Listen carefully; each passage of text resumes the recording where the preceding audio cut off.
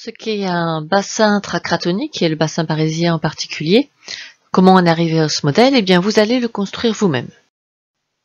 Donc vous allez partir de l'est de la France, des Vosges, et vous allez traverser le bassin parisien à peu près d'est en ouest. Alors on va vraiment faire une coupe très schématique, le trajet détaillé que vous prenez n'a en réalité pas d'importance, et même si votre trajet n'est pas complètement rectiligne, c'est pas important non plus, vous serez obligé de passer au plus près des forages que je vais vous présenter tout de suite. Donc pour ça, vous disposez d'un trait de coupe, donc globalement un trait de coupe qui est est-ouest, et puis un certain nombre de forages qui ont été faits à divers endroits. Donc il y en a beaucoup au centre parce qu'on y a trouvé un peu de pétrole, donc c'était particulièrement intéressant.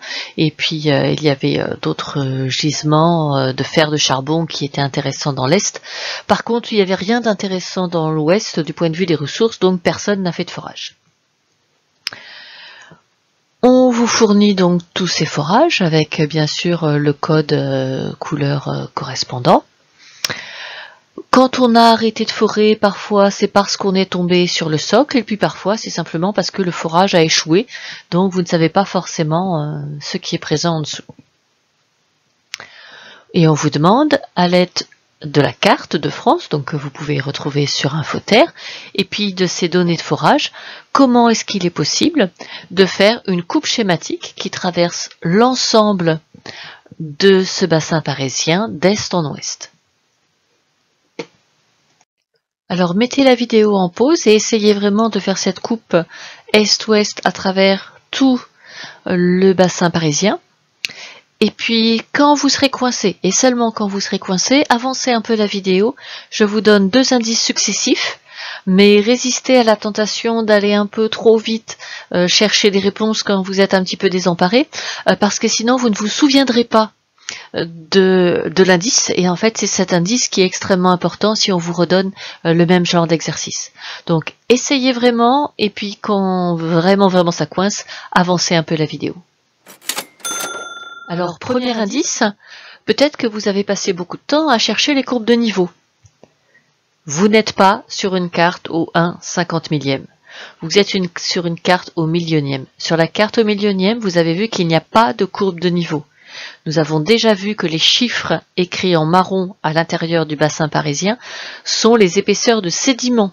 En aucun moment, il ne s'agit de courbe de niveau. Il n'y a pas de courbe de niveau sur la carte au millionième.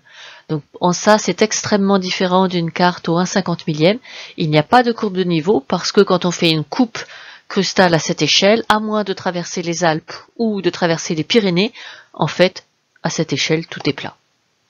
Donc faites un tracé plat, en absence de profil topographique, vous pouvez juste faire un petit bombement pour les Vosges, et puis après, s'il y a besoin, une fois que vous aurez installé toutes les strates sédimentaires, peut-être que, en utilisant vos connaissances de géographie, peut-être que vous serez amené à faire un peu de topographie, mais après coup, en deuxième temps, en le rajoutant sur votre coupe. Donc maintenant que vous avez résolu ce problème, continuez, et si vous êtes vraiment coincé, j'aurai un deuxième indice pour vous.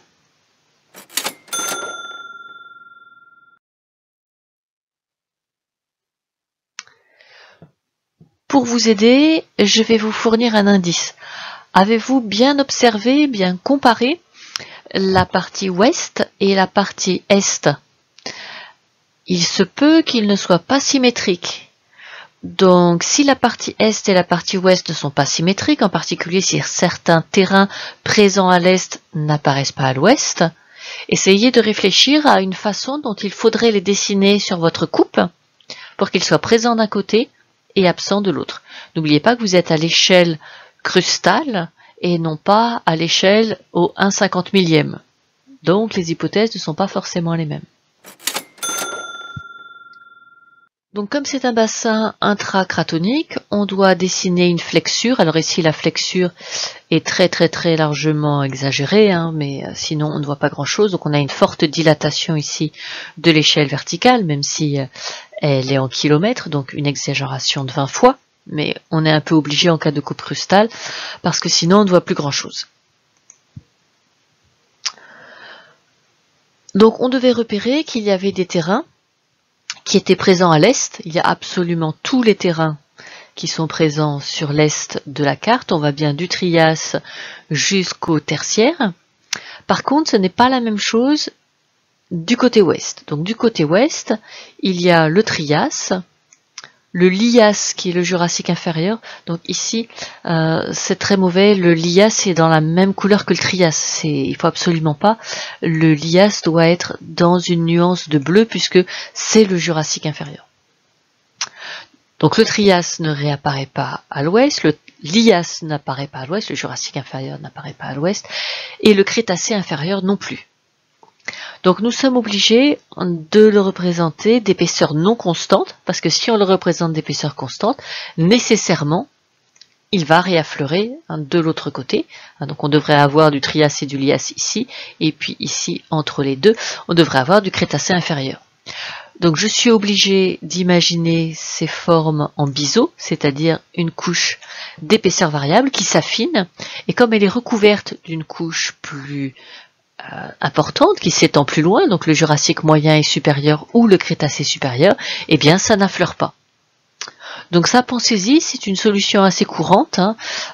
Autant sur les cartes de détail, on suppose très souvent que les couches sont d'épaisseur constante et c'est pas aberrant sur une carte au 1/50 millième, même si c'est pas toujours vrai pour toutes les couches sur les cartes au 1/50 millième.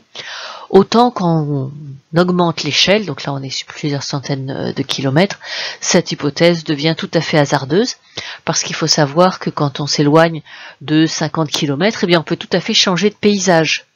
Et si on change de paysage, par exemple une couche d'eau plus ou moins profonde, eh bien forcément on va changer d'épaisseur de couche. Donc par exemple si ici c'est le littoral, à l'époque du Jurassique inférieur, et que là, par ici, c'est plutôt la haute mer, bah c'est normal qu'on va pas du tout avoir la même épaisseur de sédiments en haute mer et sur le littoral.